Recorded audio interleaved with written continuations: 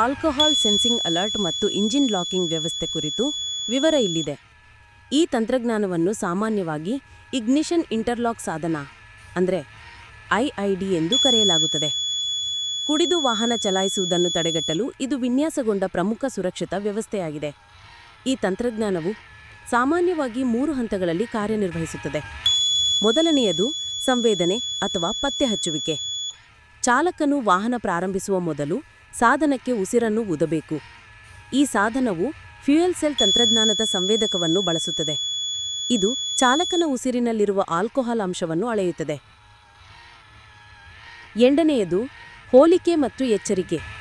ಸಂವೇದಕದಿಂದ ಬಂದ ಆಲ್ಕೋಹಾಲ್ ಅಂಶವನ್ನು ಕಾನೂನುಬದ್ಧವಾಗಿ ನಿಗದಿಪಡಿಸಿದ ಮಿತಿಯೊಂದಿಗೆ ಹೋಲಿಸಲಾಗುತ್ತದೆ. ಆಲ್ಕೋಹಾಲ್ ಅಂಶವು ಮಿತಿ ಮೀರಿದರೆ ಸಾಧನವು ಫೇಲ್ ಎಂದು ಪ್ರದರ್ಶಿಸುತ್ತದೆ ಮತ್ತು ಧ್ವನಿ ಎಚ್ಚರಿಕೆಯನ್ನು ನೀಡುತ್ತದೆ. ಮೂರನೆಯದು ಲಾಕಿಂಗ್ ಅಥವಾ ನಿಯಂತ್ರಣ. ಪರೀಕ್ಷೆಯಲ್ಲಿ ವಿಫಲವಾದರೆ ನಿಯಂತ್ರಣ ಘಟಕವು ತಕ್ಷಣವೇ ಇಂಜಿನ್ ಸ್ಟಾರ್ಟರ್ನ ಸಂಪರ್ಕವನ್ನು ಕಡಿತಗೊಳಿಸುತ್ತದೆ. ವಾಹನವು ಯಾವುದೇ ಕಾರಣಕ್ಕೂ ಪ್ರಾರಂಭವಾಗುವುದಿಲ್ಲ.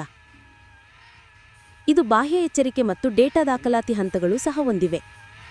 ವಾಹನವು ಚಲಿಸುತ್ತಿರುವಾಗಲೂ ಕೂಡ ಚಾಲಕನು ಮದ್ಯಪಾನ ಮಾಡುವುದನ್ನು ತಡೆಯಲು ಸಾಧನವು ಯಾದೃಚ್ಛಿಕವಾಗಿ ಮರುಪರೀಕ್ಷೆಯನ್ನು ಕೇಳುತ್ತದೆ.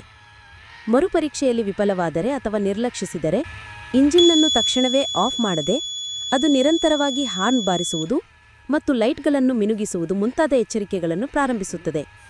ಉಲ್ಲಂಘನೆಯನ್ನು ಅಧಿಕಾರಿಗಳಿಗೆ ಸೂಚಿಸುತ್ತದೆ. ಪ್ರತಿ ಪರೀಕ್ಷೆ ಯಶಸ್ವಿ ವಿಫಲ ಪ್ರಯತ್ನ ಮತ್ತು ಸಾಧನವನ್ನು ಮೋಸಗೊಳಿಸಲು ಮಾಡಿದ ಯಾವುದೇ ಪ್ರಯತ್ನಗಳನ್ನು ಡೇಟಾ ದಾಖಲಾತಿ ಮಾಡುತ್ತದೆ.